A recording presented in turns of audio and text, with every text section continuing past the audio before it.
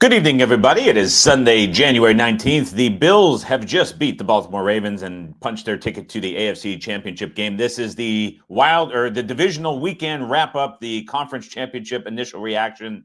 If you're joining later on in the show, there'll be timestamps down below to jump ahead to both of the conference championship games. If you're listening on the podcast, a very good evening or a good morning to you.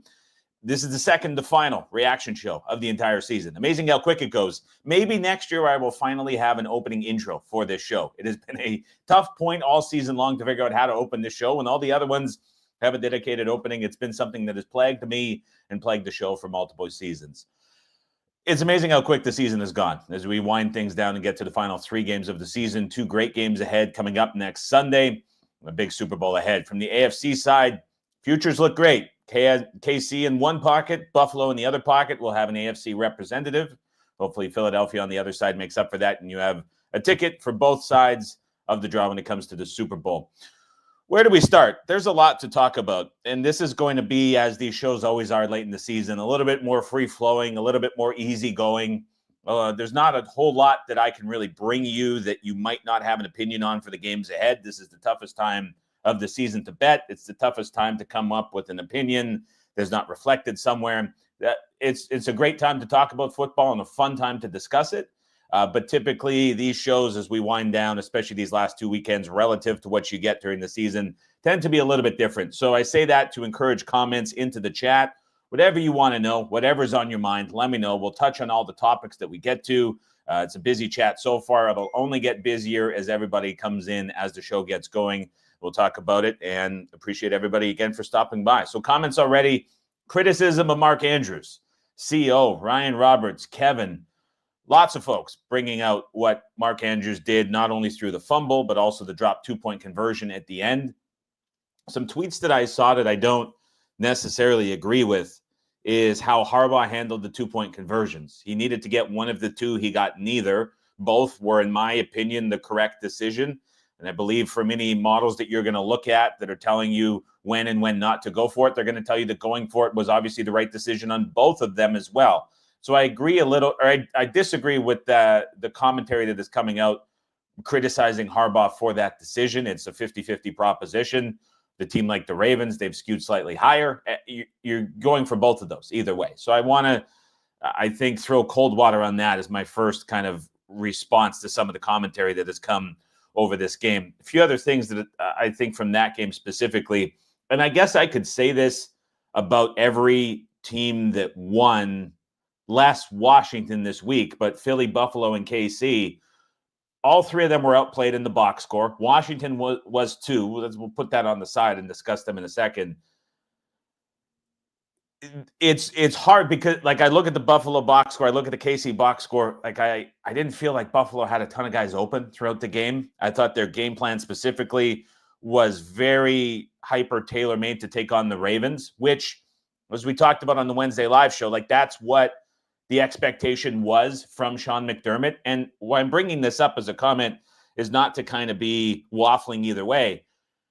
I have a hard time trying to discern what was driven by the situation and the game and the opponent versus kind of maybe underlying problems. And so like Buffalo, their inability to get receivers and guys open, was that driven by what the Ravens were doing coverage-wise? Visually, I don't know if I got that impression. I could see guys having a lot of difficulty to separate, but there was such a willingness to run the ball, which was terrific. But was that because Buffalo was leaning on that, or was that because of something else that was being taken away? Thinking ahead to the Kansas City matchup, splits on-off with Watson on the field are drastically different from parts of the season when he's been injured or not. And it's a defense that matches up equally as well as what we've seen from the Ravens. So is that something that I'm looking forward to the Chiefs matchup that they can take away? I don't know.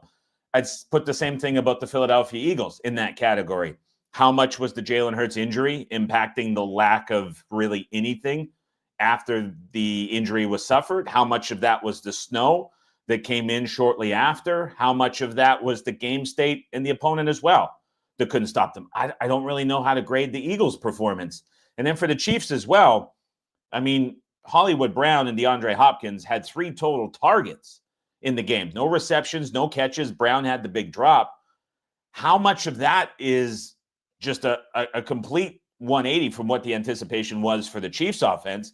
How much of that might be a problem versus playing an elite duo of cornerbacks the Houston Texans have on the field? And so I'm really struggling with what to think about 3 of these 4 teams coming out of these games that are going to be playing in conference championship weekend, because for the first time, I mean, maybe ever, I don't feel like any of these 3 teams played anywhere close to the level that they are capable of playing, and they still all won playoff games to advance to the conference championships. Like it's a weird kind of feeling with these teams coming out. Like if I'm grading like the ceilings of what we could get from either of these teams that are playing this week, I think Philadelphia, outside of Barkley, I mean, I wouldn't give them more than 5 or 6 out of 10 at the most when I'm thinking about like where I'm trying to grade these teams or the range of effort that we saw from them. For the Bills, defensively in the first, I would say 2.5 quarters, it was excellent. Not so much as the game finished. The Bills offensively, the run game was great, but everything else, I mean, there was a lot left out there for what this Bills offense has drawn the expectation to. And then for the Kansas City Chiefs, I mean, offensively, that was, I thought, very underwhelming. Defensively against the Texans, I don't know how big of a win it is to hold them what they held them to, but you look at the box score and these 3 teams were all outgained as well. And so I'm having a little bit of a difficult time with that. I don't know what to think about it, and I don't really know how to feel about these teams coming into conference championship weekend. Washington, the 4th team involved that we haven't touched on yet. I'm getting some criticism for this in chats and on Twitter. There was a very good tweet by Austin Gale, who is very well respected in the analytical community. It was retweeted by Ted Wynn and others. I'm not even going to be endorsing the fact that I'm on the same kind of angle of commentary, because I'm taking a lot of it. Like, I'm shifting this out to say, like, look, this isn't me saying this. This is a lot of very intelligent people in the space saying it. But what I thought was incredible from the tweet is there's a fascinating perspective on the Washington Commanders. The Commanders on 4th down are having a success rate 22% higher than the Philadelphia Eagles were. And the Eagles' success rate was so high because of the tush push or the brotherly shove, which legitimately brought teams and people in the league, never mind fans, into actual discussions about should this play be banned, because the Eagles were so successful in those scenarios that the league was trying to rebel against it. That's the level that is being compared here. I was bringing up Lamar Jackson when he broke into the league for what the Commanders are doing on high leverage downs. We don't even have to go back that far. I think it's a fascinating perspective where the Eagles were so good at doing that. They were talking about banning what they were doing to have that level of success. And the Commanders are more than 20% above that with Jaden Daniels as the rookie quarterback. And so I'm not saying, when I say the Commanders are an incredibly lucky team, it's being taken in a negative way. Like I'm talking down about the team and I'm like discrediting what they have done. That's not the full intention of my comment of saying that. I'm trying to revert back to saying, like, I'm trying to set point spreads and totals on these teams and figure out what these teams are. And great teams and great ratings get bumped up because of sustained offensive success. And a lot of that is valued very heavy for doing it on early downs and bypassing these situations that the Commanders not only are having success at a historically great level, but they're also like somewhat playing to get into these spots with their play calling. And so I'm having a really hard time of figuring out what the Commanders are. And so there's a clear blind spot, I would say, to some aspect of what I'm doing. I'm not trying to downplay that and like convince everybody I'm right. I went back and looked. We've not had a bet against, nor have we had a release against the Commanders as a side all season. Haven't bet on them either. We've been involved in 2 different overs with them. And I think the total this week coming up for Championship Round Sunday is very intriguing. There's some injury news that'll bracket that. But that's kind of my take on the Washington Commanders. And again, I'm throwing the luck word out there. I'll take criticism for it, but it's what it is. 5-0 in turnover margin to win that game. And they still conceded a 98th percentile performance to the Lions on offense, even with those 5 turnovers going their way. And so as I look at these other 3 teams in Championship Sunday, very hard to kind of grade for me personally what kind of effort we got from them in these divisional weekend games. And then you have Washington as just this insane outlier for luck metrics and success and high leverage down performance that is very difficult to grade as well. And so it's this weird kind of mix of teams going into Conference Championship Sunday that I just don't feel like I have seen before in my 17 years doing this. Going to get to some questions before we get into both of the games right now. As there's been some good ones. I watch it on the right side of my screen. Creighton Alejandro says, that's an awesome name, by the way.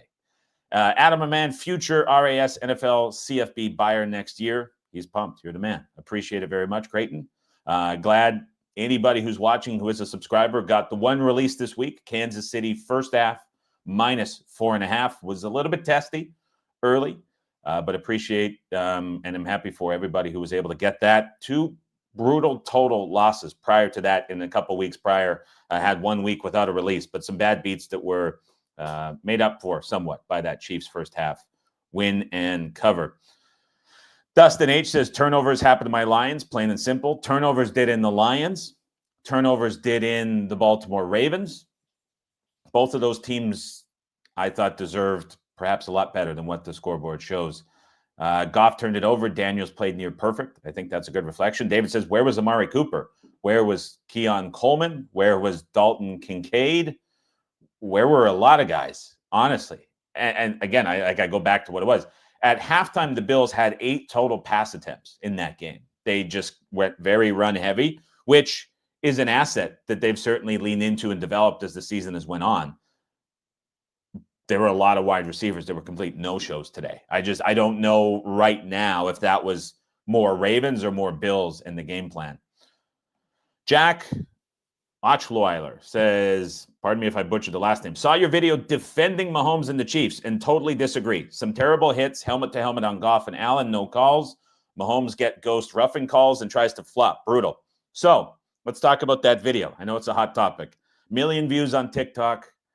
About 250,000. It was posted in the Kansas City Star, and then we hit number 1 on Reddit with that video for NFL. So it was about, I think it did about 2.5 million views. And the funny part was in the headlines, it was not labeled as Adam Chernoff. It was not labeled as anything. It was labeled as Jets fan defends Kansas City Chiefs against referees. And so I thought that was funny. But that's, first of all, I think some in the chat will accuse me for engagement farming or clickbaiting. To talk on that subject just very briefly, every single social media platform is changing to where followers mean effectively nothing. Same thing with a lot of the platforms that have subscribes to. YouTube's kind of the one exception, but for the most part, all of social media in 2025 is completely different from 24, 23, or 22. How many followers you have means almost nothing, because we're just seeing completely different feeds. And so there's now a lot of kind of keyword element research coming into things to produce content, and the best content is winning. And so it's not even about trying to get engagement. It's about trying to make good content that draws discussion, which this definitely did. And I'll say a couple things with this. One, I thought the way that I recorded and presented the video was very fact-based and fact-driven, more so than it was an opinion. I don't think I put an opinion in there whatsoever. Now, the timing of the video with how that game was played on Saturday morning probably could not have been worse for what the message was in the video compared to how the game played out. However, I would encourage anybody who shares the same perspective right now as Jack does, to where the Chiefs were helping Mahomes win, and buy into that. I would encourage anybody who's even slightly on that fence of doing so, go to Google after this live stream is done. Search Walt Anderson Chiefs, and you'll see a video of him with Mariucci on the NFL Network from earlier today. And he very clearly broke down by what the rule book says compared to the videos of why both the roughing the passers, the one roughing the passer and the unnecessary roughness, but both of the hits on Mahomes were clear penalties. And Mariucci, I thought Buck and Aikman on the call were incredibly unprofessional with how they were kind of leaning into that angle. What Mariucci was doing with some of the leading questions to try get Walt to admit that the referees were biased towards the Kansas City Chiefs, and both of those calls were mistakes, I thought was humiliating for a broadcaster to do that. I thought he handled that as poorly as I've ever seen a broadcaster do so relating to the NFL with some of the leading questions. But what Walt broke down in the video, I think explains a lot against this point.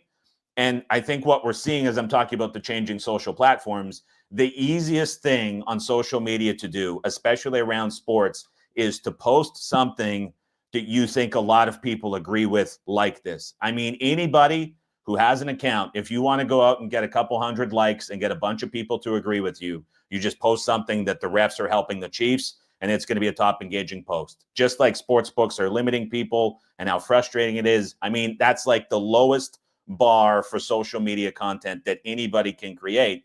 And I wanted to just offer a different perspective on it with some stats from FB database, NFL penalties, SIS, and a few other sources that I thought were interesting. But if you share this perspective, and Jack, I'm not criticizing you, but I would encourage everybody, because it's a very interesting video, just search it out. It's all over Google, and you get a really good breakdown of what is going on. And I think a bigger question is, and I'm putting myself in this camp too, like, I don't know if any of us even know what the rules are at this point for a lot of this stuff. And that's kind of becoming a league problem. And something I thought was concerning from Walt in that video, to go both sides, is that Walt said that in the offseason, there's going to be more replay assist added in to games and broadcasts, which I think is a big problem. And so that seems like it is going to keep coming to fruition and being more of a problem for the league as a whole. So I would encourage everybody to go watch that video from Walt Anderson after this live stream finishes up. In other news, Jared Goff and Lamar Jackson reverted to their usual playoff types from the Macrona call. I don't agree at all that any of this Ravens loss was on Lamar. He had the bad fumble, but I think a lot of other issues that the Ravens had in this game, then the messy play that they had and the mistakes they made, is going to get perhaps wrongfully blamed on Lamar. Jared Goff, I think, deserving of some criticism, and I think forward to Jared Goff and this Lions team next year. I wonder if the defensive performance from the Lions costs Aaron Glenn a head coaching job, potentially. I mean, that was pretty rough. They did lose 3 more defensive backs, so we might catch a bit of a break there. That might be a little bit hot takey, perhaps. I'm curious to see where they go with offensive coordinator, because Jared Goff next year, in a Lions team that has a lot of unrestricted free agents and could be down a lot of guys, key guys in the trenches on both sides, potentially. What does he look like with a different play caller? He got Sean McVay at McVay's peak coming into the league. He got Ben Johnson at his peak, leading to what likely will be a head coaching job. Where do the Lions go next for Jared Goff? I'm not sure where he goes. Kurt, I do not know who is calling the game next week. Simon and Jack and others are very much leading into Mahomes still getting fixed and still getting calls. Simon saying Mahomes knows he gets the calls. Why else would he be standing around the sideline then flopping as soon as he's touched? It's a joke. I mean, it's a pretty costly penalty on the sideline. I wouldn't say he's the only one that's flopping it. That one flop was certainly exaggerated. I will agree with you on that one for sure. But that one was not flagged as well. Chris, I would say that Glenn take is a bigger hot take than the hot take with Mahomes and the refs. So I haven't seen anything that says he's not, but that was certainly another concerning effort from the Lions defense. But it was also obviously injury aided that went a long way. Agreeing to disagree, Jack, is completely fine. No issues with that. Look, if you're a fan of any of these teams that have been competitive in the last few years, it's got to be incredibly frustrating to go up and see the Chiefs continuously winning and then stuff like this happen. So, I get it when you're in that perspective for sure. Let's get to the games. Keep the questions coming in. Again, we'll keep this free flowing. We'll go easy with it. We'll keep it light. We'll get into the games. We'll talk about them and we'll see what comes of it. So, Washington on the road at Philadelphia, Eagles -4.5 with a total of 48. I can't see 4.5 lasting on Philadelphia. I think that this gets up higher. This is being priced at the same. We saw these two teams priced just before Christmas when these two teams met. Washington won that, but they were down multiple scores to Kenny Pickett, who is backing up a hurt Jalen Hurts. Look ahead lines. I saw this at other sports books in the hypothetical markets as high as 8. This is down to 4.5. I mean, look, if Jalen Hurts is legitimately hurt, and his comments in the postgame presser were, we will see how the week goes. He wasn't coming out and like adamantly playing it down. He's like, I could finish the game. We'll see how the week goes. I expect to play. And so like the expectation is that he is going to play in this game. I think there's a question of how hurt is he with the knee that we saw him suffer against the Rams. I think there's a question of where is he as a quarterback. I've said it a lot. I think he's been concussed twice this season, and one has been official late in the year. I don't think the earlier one was deemed a real concussion. I think we're seeing him play like a quarterback that is concussed and perhaps not 100%. That's my take on it. And so I don't know where he is health-wise. I don't have an answer for that. I don't have an answer for Mitchell either. That seemed like how they handled the injury for him is fairly severe. If you take him out of the game specifically for this, we saw the Eagles have to adjust. Rodgers has been a guy that's been picked on quite a bit. He also got hurt. That's not nearly as impactful of an injury as it would be for Mitchell, who's been a top 30 corner of 225 qualifiers this season. And so you have Eagles injuries on both sides of the field that are obviously quite impactful, not to mention Nakobe Dean going down in the wild card round as well. That impacts how the Eagles handle things at the linebacker position. And when you're thinking about them facing a mobile quarterback-led team and Jaden Daniels and how important the linebacker position is against that, and you're not having Nakobe Dean on the field, and we saw adjustments today clearly make it look like a different unit, like how much of a concern is that? And so there is a real, I think, reason to doubt what the Eagles' rating should be based on the injuries, based on what we have seen the last couple of weeks, which has been a very underwhelming performance. And my only question to that would be is if we're closing 4.5 week 15, and this is playoffs, this is a home playoff game, this is a team that has a ton of experience in big games against a rookie quarterback, and Dan Quinn is the first-time head coach, and Cliff Kingsbury going up against Vic Fangio. There's, on paper, just a ton of mismatches here that favor the Philadelphia Eagles. My question to this would be, beyond just the injuries for Philadelphia, is what does this game look like if the Eagles show up on offense? I mean, I could argue that the Eagles, certainly against the Rams, but we could go back even a little bit further than that. Like, when's the last full-on great game we have seen from the Philadelphia Eagles, where it's like that's the peak that we've been expecting for multiple quarters? I wouldn't argue that the Packers game was that, when you look at Jalen Hurts and he had the worst success rate of any quarterback to win a wild card game ever. I would not argue that was the case today. You have to go back a long time before you get like a top Eagles performance, and they're still winning and they're still covering, and they're still taking money late in the week. So, to get to 4.5, you are pricing the Washington Commanders as high as they have been all season long and giving them immense credit for everything down the stretch. By the way, 5 of the last 6 wins have come on the final play of the game. You're giving them just all the credit in the world, and you are severely downgrading the Philadelphia Eagles in every way. I think that that's fair to at least put the brakes on it a little bit with some of the injuries that have been suffered for Philadelphia.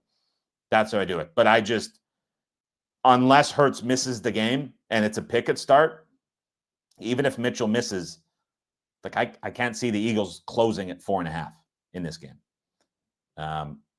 I can't do that. I can't see that happening. Now, other questions. Nate, I meant he's first year with the team. If you're first year head coach with the team in the NFC Championship game, you're getting into pretty uncharted territory for like a massive upgrade in terms of the rating.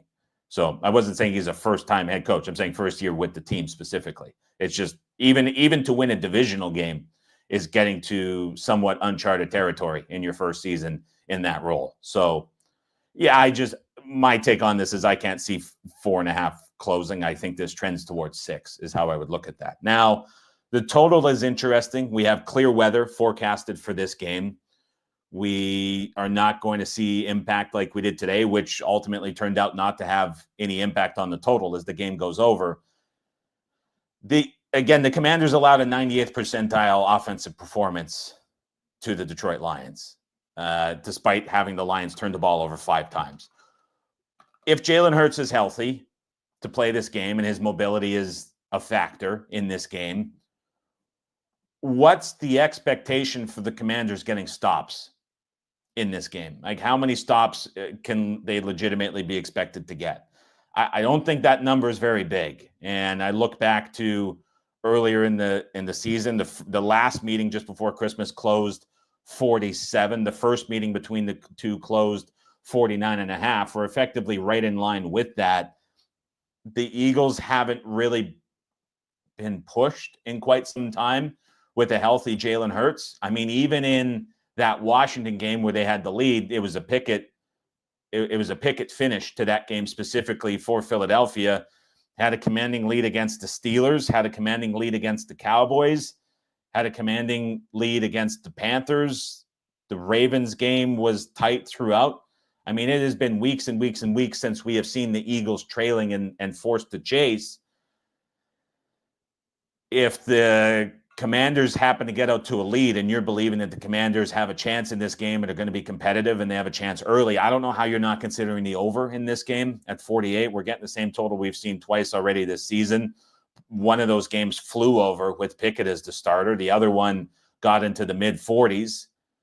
If you think Washington shows on offense, I mean, this to me certainly seems like a game that could absolutely fly over the 48 with no conditions. The question is, really, what do you get out of the Washington offense, which is just so much, there's just so much variance with every Commanders game that is being played. And it's just giving me a bit of pause. Lee Ginsburg says, thoughts of Hurts plays, but is hindered and isn't very mobile. He didn't run once after the injury. I mean, he couldn't even get away from, I'm not saying like turn that into a positive play, but he was just dead to rights in the pocket in the end zone for the safety. His mobility was extremely impacted.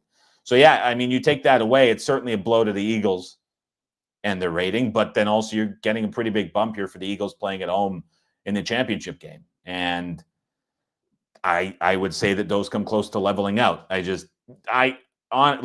can't get to the Eagles closing 4.5 in this game. I'd be surprised if that's the case.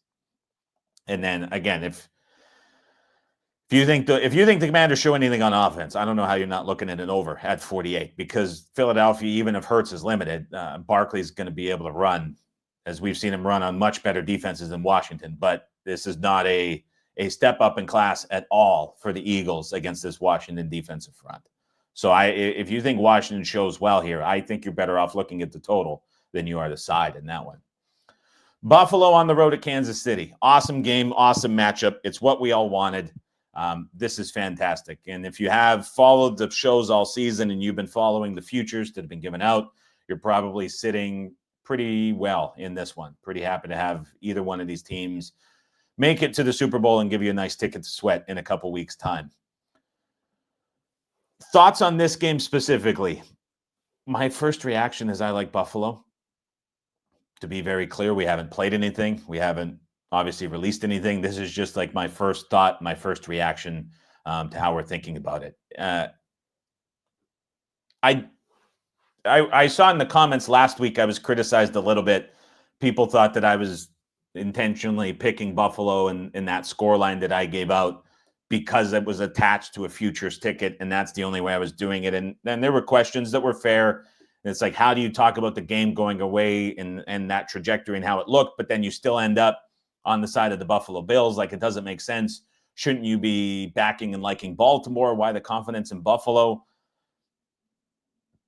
There's something about watching this team that when they're forced into this other gear, especially if they're chasing, playing from behind. But even tonight in games, like there's another level of game planning that comes out from McDermott. There's another level of play from Allen that comes out, and it's just felt this way for really the last 2 months.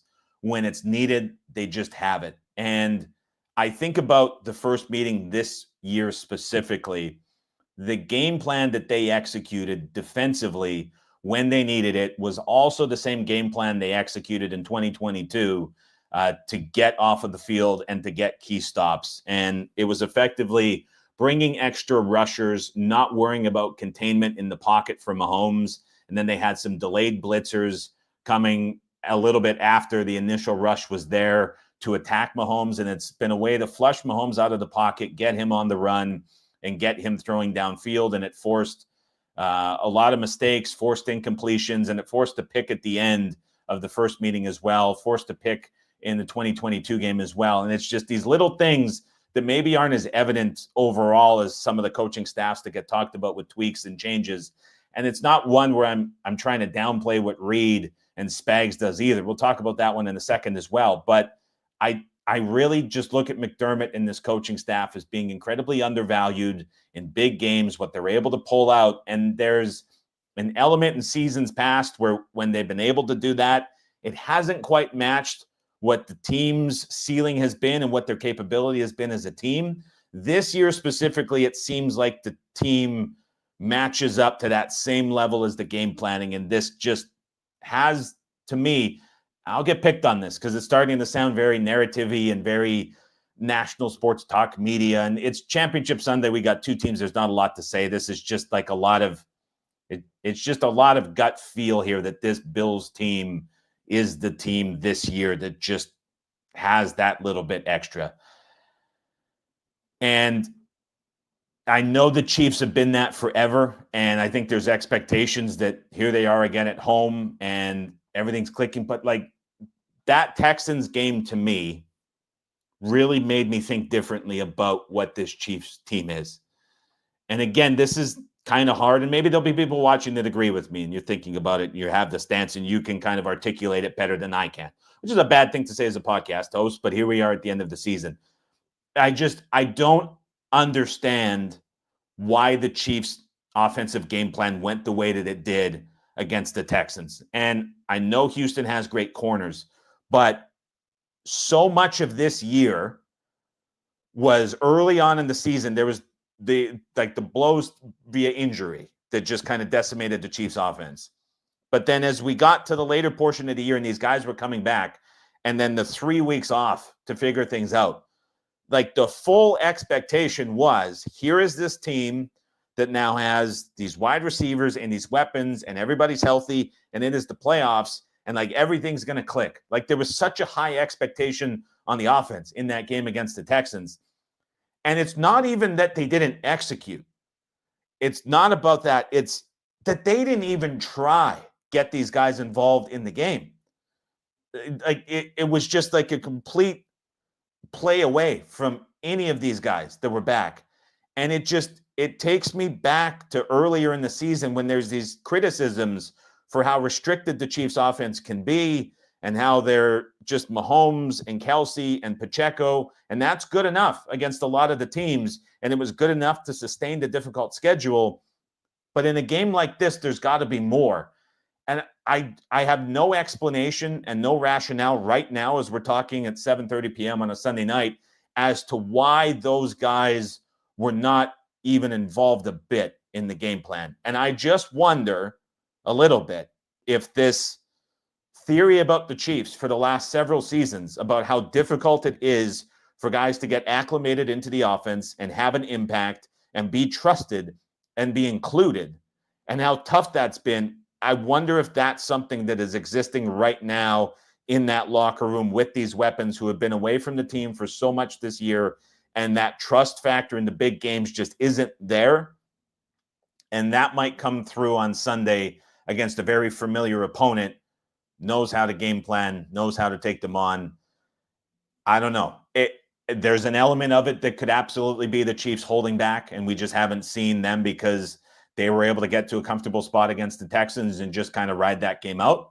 It could be Reed, as we know, saving a lot of the good plays for the bigger games. And this year, even with all that extra time to prep, like they've got a ton of stuff installed behind the scenes and everybody's there. And it's all going to be unleashed here against a familiar opponent because he saw this matchup or Baltimore coming.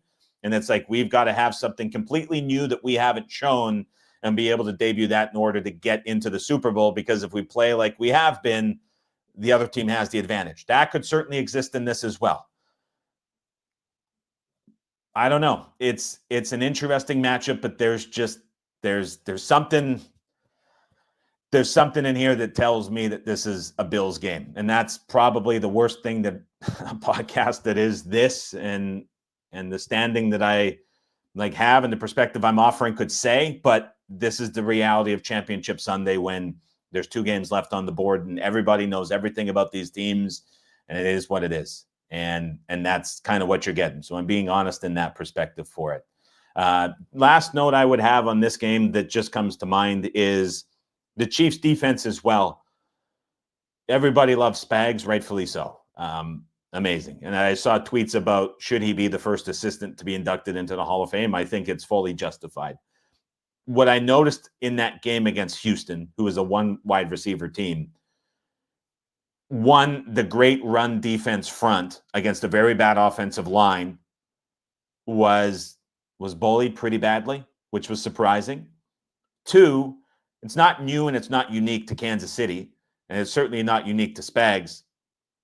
They needed to blitz a lot, and they needed to bring extra guys to get the big plays, especially later into the second half when the game was a little bit testy.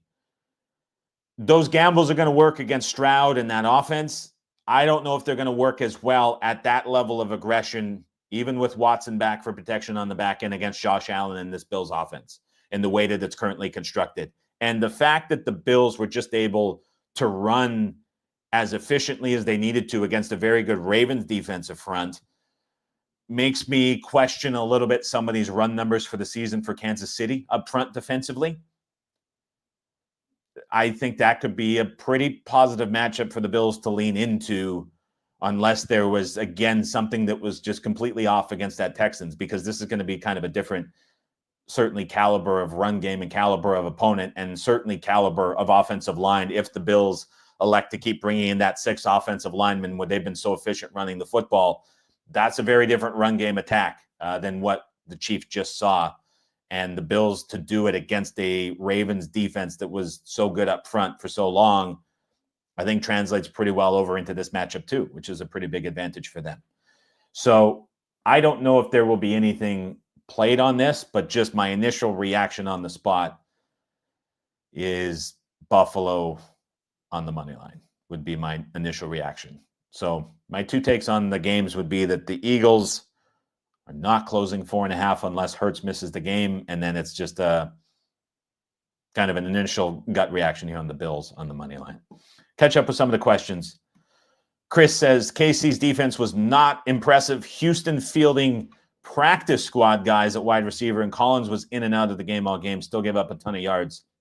Even the way that they were, I think it was a bit of an indictment on Slowick. A lot is, to be fair. The way that they were bracketing Collins, he still was able to get open and make some key catches. I thought the offense could have adjusted a little bit route-wise, potentially, with some of that defensive coverage opportunities coming back into the field that the Texans didn't really lean into as much as I thought that they might be able to. That's just a armchair quarterback after the fact observation. But, I mean, go back. Like, if you want to see something intriguing and you haven't done it already, the box scores from these games this week are crazy. When you go back and look at them and see how the teams that won did. I mean, Houston put up 336 yards of offense, 5.2 yards per play, a full yard per play better than Kansas City, outgained them by 130 yards. And that was the story of the game. And you have Stroud sacked 8 times, but like Kansas City really had to gamble late, bringing a lot of extra guys to spark some of those big plays and stop some of those drives. And so don't get me wrong, the Bills box score was incredibly misleading for the win. And I would argue for the majority of the game, the Bills were mostly outplayed. So I'm not trying to make it like a misleading versus misleading box score in favor of Buffalo. It's not that at all. But your point here about Kansas City's win not being overly impressive wasn't their peak, that's for sure. Creighton says there's never been a three-peat in NFL history. This fact alone leads me to lean Bills. Incredibly hard to go back to back to back. A three-peat, I will have to see it to believe it. It's tough when you have a team as great as the Chiefs are. Cottage 11100. I took the Bills +1, and I'm waiting for Washington for Adam +6. Hope you're right about the move. I feel pretty confident those 4.5s will get taken out, and I think there'll be buyers at 5 as well. That would be my take on that one as well. Floke says 1966. Awesome. Mahomes and Arrowhead. Good luck. Hey, and I think that's kind of going to be that's going to be a very reasonable handicap, I would say, for most people this week looking at it. Nav says, I don't know, still can't convince me to bet against Mahomes. I do feel like that sentiment has changed. I think last year there was a willingness, almost like those years against Tom Brady, where folks wanted to bet against him. And then this year it's kind of been like, I'll just take him at home. I'll take him at less than a field goal. And it's kind of been like an auto bet. So that stands out. E. Colt says, Philly is -5.5, -15 at FanDuel. Well, there we go. That's, I think, could tick up a little bit higher yet as well. Circa exact Super Bowl odds per your hypothetical. Bills defeat Eagles +395. Eagles defeat Bills +480. Interesting odds there as well. Roy Goodleaf says, thoughts on how KC's run game matches up against the Bills' D. So I thought that was another interesting aspect of the game that we saw as well on Saturday in the morning. I mean, the Chiefs in that game had 22 carries for 50 yards. There's been spurts this season where Reed has gone insanely pass happy. And it wasn't necessarily all of that, as he was about 53% pass in this game against the Texans, but there was no run game against that Texans defense at all that was consistent. And the usage between Hunt and Pacheco seemed quite uncertain as well to me watching that. Who was getting key carries and when? Didn't feel like that was specifically clear. Outside of the one drive for Derrick Henry where he broke off a couple of explosives, the Bills' run defense was able to contain that power run game quite well. And I would expect against a much more troubled and unsettled offensive line in Kansas City that this Bills defense should match up pretty well. Now, Johnson's injury at the end, allegedly he was trying to come back into the game, but they would not let him. Something to obviously monitor with his importance in the middle of the field. It looked like visually Matt Milano played an excellent game. I know Romo was hyping him up quite a bit. He made some key plays, but he seems to be performing much better than the guy who came back from injury and struggled for a couple of games. The last 2 games in the playoffs, he's looked pretty good relative to what the expectation for Milano is. So I think that that's a Bills run defense that's performing the last 2 weeks better than they visually looked down the stretch in the regular season, which was certainly a criticism I had of them. But to hold Henry to 84 on 16 carries, which his longest run was 17 yards, I mean, they contain that better than I think all of us were sort of expecting them to. Even in some of those heavier looks, the Bills were able to get down, jam up the line of scrimmage, and prevent a lot of big plays. The bigger plays came from Justice Hill in the off-speed pitches, which were kind of interesting to see the Ravens lean on a little bit, taking Henry out and electing to go more speed with Hill. And so that was certainly good. But I think, Roy, it's not something I'm overly concerned with, given how the Bills defense looked against that Ravens.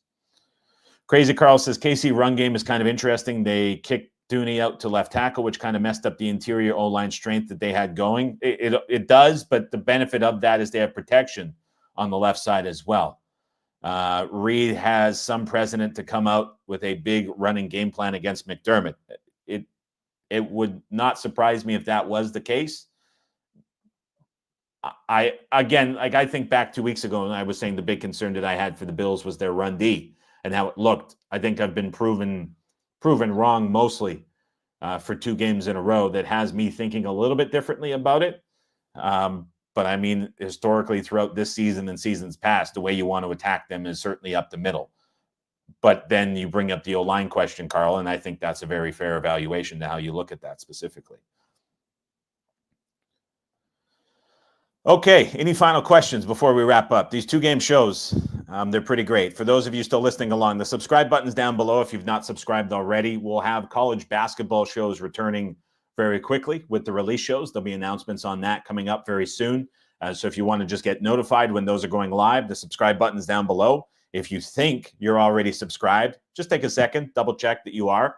If you're listening on Apple or Spotify to the podcast, before you go and switch back to music or change off to another show in the car, or you're walking the dog or whatever you might be doing, just take a second and see, hey, have I reviewed the show? Have I rated it? In Apple, if you hit pause and scroll down, there'll be a review and a rating for the star system. On Spotify, it's right on the main page. So if you just hit the simple handicap in your player, it'll take you to the main show page, and you can hit the star button right at the top. Means a lot, and it's the second to last time that I can ask you guys to do that before the season is over. So I'm going to push it a little bit here. In terms of those wanting to know the schedule for this week, I've mentioned it a few times, busy week for me ahead in personal life side of things. And so Wednesday is kind of all over the place. I'll have an update for everybody as we get closer to it. I will have an update a little bit later in the week for when the live stream will be going live. So I'll keep everybody updated with that as well. Will be the first live stream from Saskatoon, Saskatchewan that I've ever done. First live stream from Saskatchewan since it wasn't even a live stream. It would have been forum posts. 18 years going back, 2007. Now, it's been a long, long time for that one. So that'll be fun. So I'll keep everybody updated with what the schedule is, and we'll fit in the show as well. Thanks everybody for stopping by. Have a fantastic Sunday evening. Have a fantastic Monday. We'll chat with you later in the week to break down Commanders, Eagles, Bills, Chiefs even further. Enjoy. We'll chat to you guys soon.